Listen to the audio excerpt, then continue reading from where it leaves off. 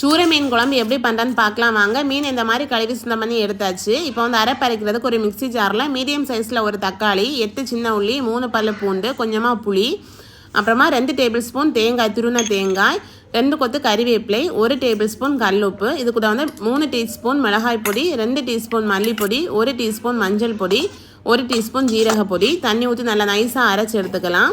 இப்போ வந்து அரைப்பை வந்து மீன் கூட சேர்க்கணும். இந்த மாதிரி அரைக்கும் போது கொஞ்சம் எடுத்து வந்து பொரிக்கிற மீனுக்கும் தலையை வச்சுட்டு பொரிச்சாச்சுன்னா நல்லாயிருக்கும். இதில் வந்து 2 கப்பு தண்ணி ஊற்றி நல்லா வேக வைக்கலாம் ஹை ஃப்ளேமில். பொரிச்ச மீனில் வந்து உப்பு, மிளகாய் பொடி, மல்லிப்பொடி, மஞ்சள் பொடி போட்டு தடவி வச்சுக்கலாம்.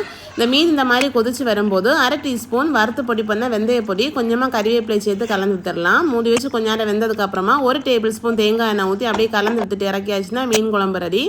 பொரிச்ச மீனில் வந்து 5 பல்லு பூண்டும் வந்து கொஞ்சமாக கறிவேப்பிலையும் தட்டி சேர்த்துட்டு எண்ணெய் ஊற்றி பொரிச்சு எடுத்தாச்சுன்னா பொரிச்ச மீனுமே ரெடி ஆயிரும். இந்த மீன் குழம்பு எப்படி இருக்குன்னு செய்து பார்த்துட்டு கீழே கமெண்ட்டில் சொல்லுங்கள். தேங்க்ஸ் ஃபார் வாட்சிங்.